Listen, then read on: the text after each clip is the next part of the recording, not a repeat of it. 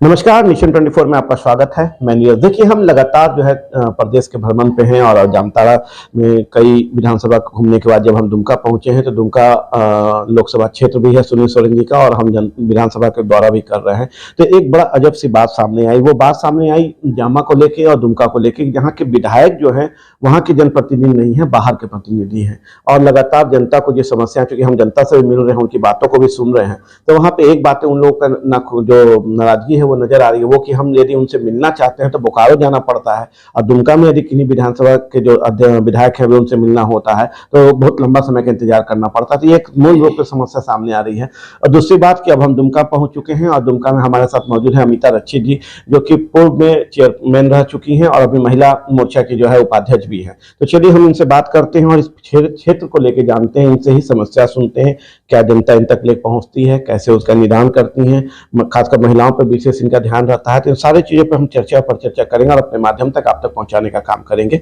तो चलिए हम इनसे मुखातिब होते हैं और इनसे वार्तालाप करते हैं। मिशन 24 आने के लिए मैम बहुत धन्यवाद। पहला सवाल है मैम कि लगातार आप, लोकसभा नजदीक है चुनाव, आप लगातार बीजेपी की तरफ से जनता के बीच जा रही हैं, उनसे मिल रही हैं, उनकी बातों को सुन रही हैं, किस तरह का रिस्पॉन्स मिल रहा है आपको? देखिए, वर्तमान में जो रुझान है ये बीजेपी की तरफ है।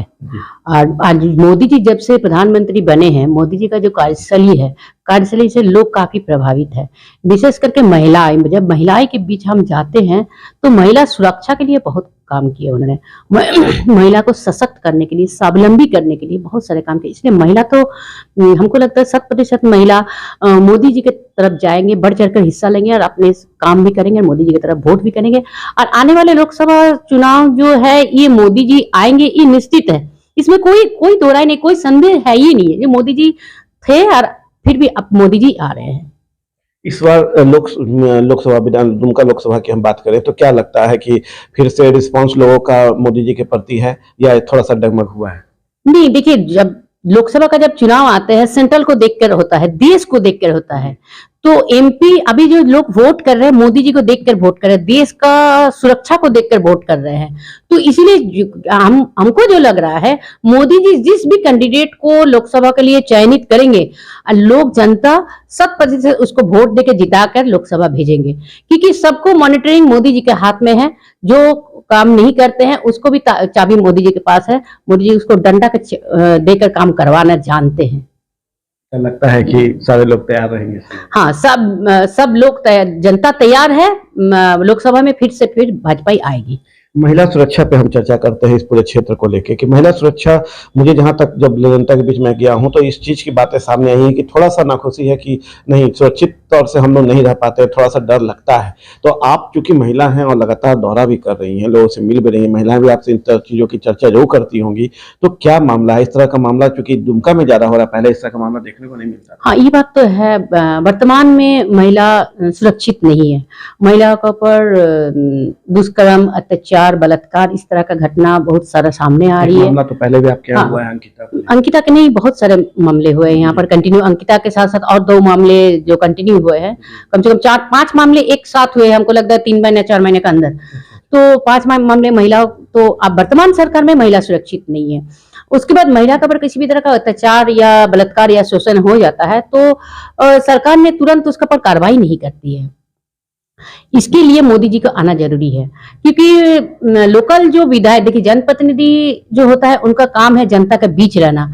उनका जो प्रॉब्लम है सबसे पहले लोग जनप्रतिनिधि के पास जाता है, क्योंकि मेरा दुख सुख पहले जनप्रतिनिधि को बताया और वो काम करेंगे। क्योंकि वर्तमान में जो विधायक है वो बहुत कम क्षेत्र में रहते हैं तो लोग उनसे मिल ही नहीं पाते हैं, तो अपना दुखड़ा सुनाने का बात तो दूर की बात है। तो इसीलिए विधायक ऐसा होना चाहिए जो क्षेत्र में रहे, लोग आसानी से उसके साथ भेंट कर सके, अपना सुख दुख बता सके। तो प्रॉब्लम सॉल्व कैसे होगा जब उसका भेंट ही करना दुर्लभ है? तो प्रॉब्लम सॉल्व होने का कोई क्वेश्चन ही नहीं उठता। इसीलिए यहाँ में विधायक ऐसा हो ताकि लोग आराम से उसके पास जा सके। यहाँ पे विधायक जो है बसंत सोरेन जी है, जहाँ तक हमने जनता के बीच जाके जाना है, उनका कहना है कि वो कभी मिलते ही नहीं है। क्या लगता है, ये उचित है क्या?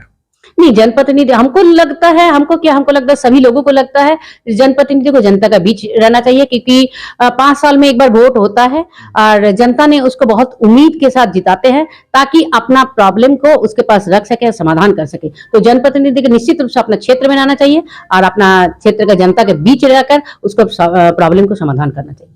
अब से हम चर्चा करने जा रहे हैं अब विधानसभा की लोकसभा तो आप लोग पास है, क्योंकि मोदी जी के नाम पे सारे लोग तैयार रहते हैं, वे मोदी जी को प्रेजेंट करते हैं।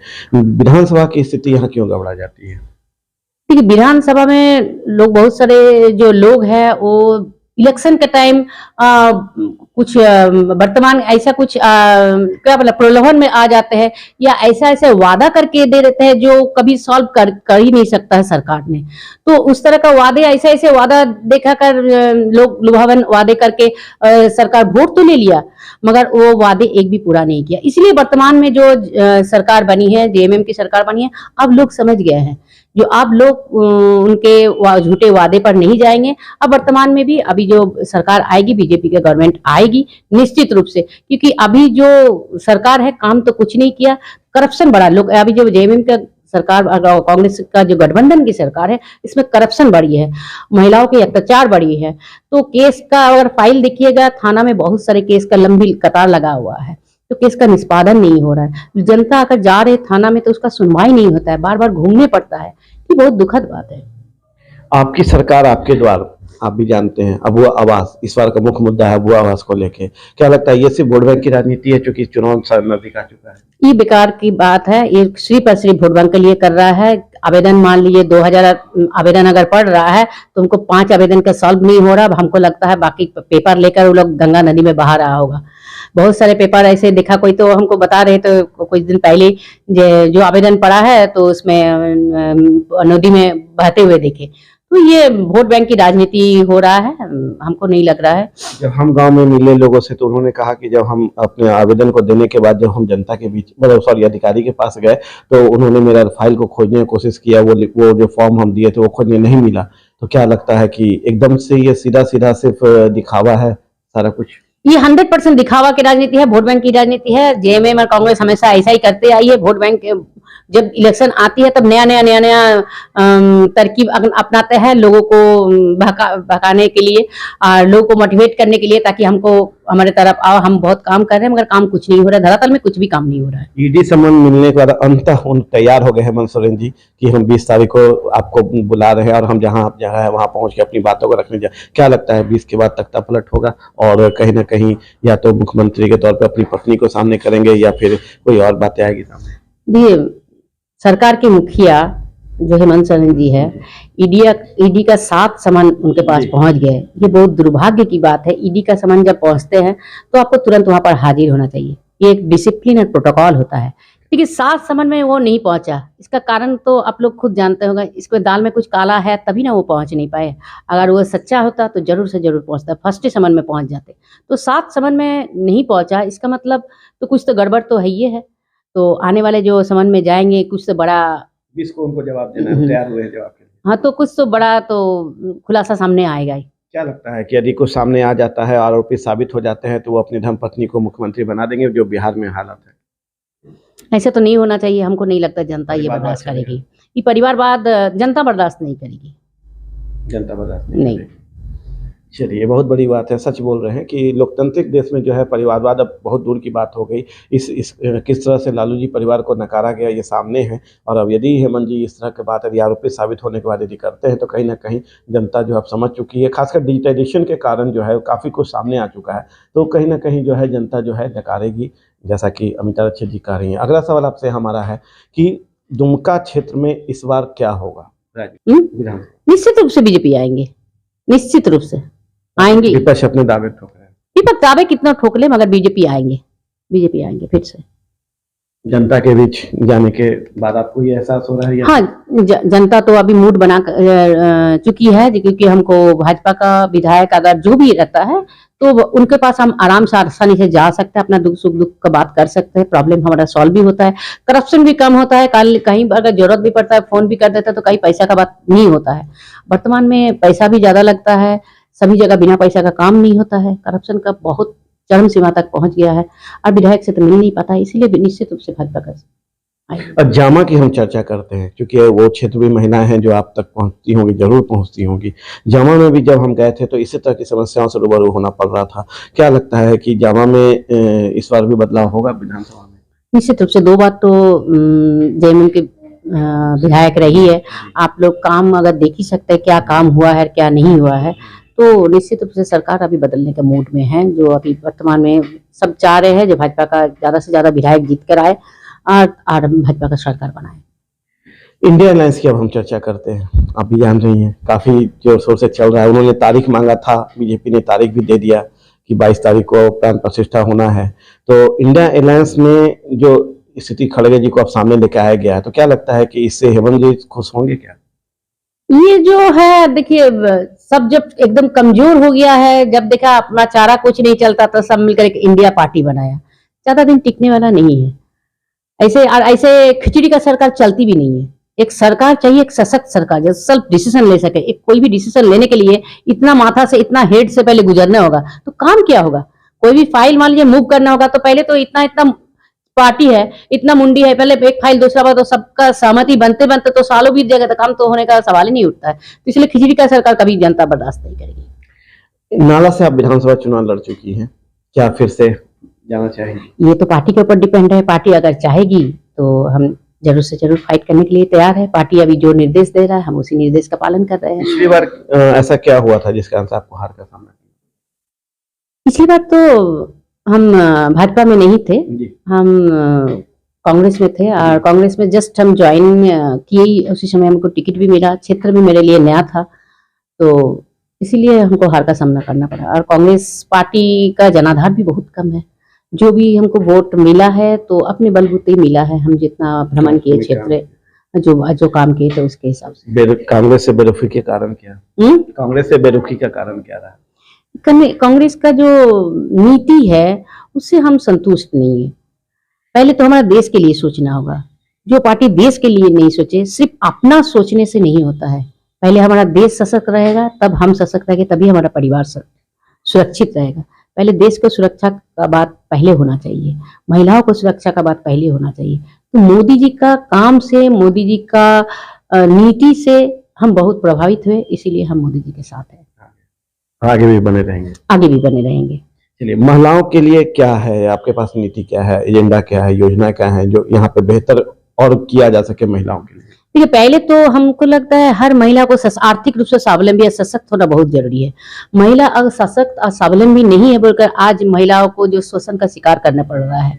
हर कहीं भी जगह, कोई भी बड़ा जगह महिला अगर जाता है तो वहां पर उसको बहुत सारे टॉर्चर, शोषण का सामना करना पड़ता है। जो महिला मान लीजिए उसको घर का आर्थिक स्थिति बहुत खराब है, इसके वजह से वो बोल भी नहीं पाता है। तो इसके लिए जब वो आर्थिक रूप से सशक्त और मजबूत हो जाएगा और अपना अधिकार एवं कानून के बारे में जब जानने लगेगा, तब वो ईंट का जवाब पत्थर से दे सकेगा। कोई उसके ऊपर आंख उठाकर देख नहीं सकेगा। तो आज भी बहुत सारे महिला बड़ा बड़ा जगह में, कॉर्पोरेट हाउस में काम करने जाते हैं, तो वहां पर महिला आज भी शोषित होते हैं, मगर उसका आर्थिक स्थिति गड़बड़ाने के कारण वो बोल नहीं पाती है, क्योंकि हमको मजबूरी आ जाता है। कहीं हमको नौकरी से निकाल नहीं दे, हमारा परिवार कैसे चलेगा, हमारा बच्चा कैसे चलेगा, हमको हटा देगा तो दूसरा जगह हमको रखेगा कि नहीं रखेगा। तो इसीलिए महिला को अपना कानून के बारे में जानना होगा और आर्थिक रूप से स्वावलंबी एवं सशक्त होना होगा, तभी देखिएगा। और महिला अगर सुरक्षित, साक्षर और स्वावलंबी हो तो हमारा देश खूबसूरत। और आपके संस्थान में बात करें तो शिक्षा स्तर काफी खराब है। हाँ, तो इसीलिए बोलते महिला को साक्षर, शिक्षित होने होगा। शिक्षित और आर्थिक रूप से स्वावलंबी अगर हो जाए तो एक महिला अगर शिक्षित होगा तो उस परिवार का हर व्यक्ति शिक्षित होता है और उससे मेरा समाज भी शिक्षित होता है। आप उन लोगों के लिए कौन कौन सी योजना को लेकर चल रही हैं लोगों के बीच में?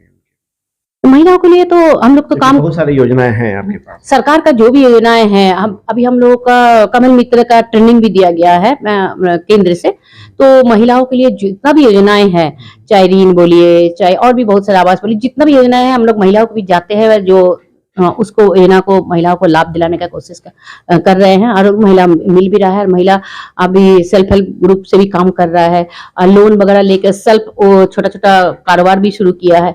तो महिला कर रही है, पहले से महिलाओं की स्थिति बहुत अच्छा हुआ है। इस पूरे क्षेत्र में। हाँ, महिला आगे आगे आ रही है, अपना काम के लेकर आगे आ रही है, हमको भी काम करना है।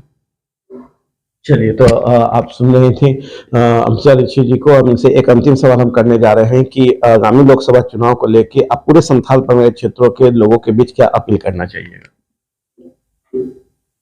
लोकसभा चुनाव सेंट्रल को देखकर होता है। हम जनता से यही अपील करेंगे, अगर देश को सुरक्षित रखना चाहता है, अपना परिवार बच्चे को शिक्षित एवं सुरक्षित रखना चाहते हैं, और आप चाहते हैं आपका बच्चा रोड में दिन में रात में कहीं भी जाए सुरक्षित फिर से घर आपस लौटे, तो मोदी जी को लाइए, भाजपा को लाइए, और खिचड़ी का सरकार लाएगा। अगर आ जाता है तो कभी देश भी सुरक्षित नहीं होगा, हमारा परिवार एवं परिवार के बच्चे भी कभी नहीं सुरक्षित होगा, महिलाओं को सम्मान भी नहीं बचेगा। हम महिला कभी रात बिरात में कभी घर सड़क में निकल नहीं पाएंगे। चलिए, तो बहुत बड़ी बात, बहुत बड़ी अपील उन्होंने कहा है कि किया है अपने संथाल परगना के लोगों से कि यदि उन्हें सुरक्षित और सुरक्षित मतलब राज्य चाहिए, प्रदेश चाहिए, तो हर हालत में जो है महिलाओं के लिए जो है काम करें, और हर हालत में जो है मोदी की सरकार लाए, जिससे कि बेहतर संगठित सरकार मिले, हर चीज बेहतर ढंग से हो, सुरक्षा का व्यापक इंतजाम हो, जिससे कर सकते हैं। खिचड़ी की यदि सरकार आती है तो उसमें कहीं भी ये चीजें शामिल नहीं हुआ, जिस कारण से उन्हें खामियाजा भुगतना पड़ रहा है, जो अभी आप देख भी रहे हैं। चूंकि हम लगातार जब जनता के बीच जा रहे हैं तो ये समस्या हमारे पास भी आ रही है कि हम लोग रात में निकलने से डरते हैं, हम लोग कहीं भी जाने से डरते हैं, विधायक से मिलना चाहते हैं तो नहीं मिल पाते हैं।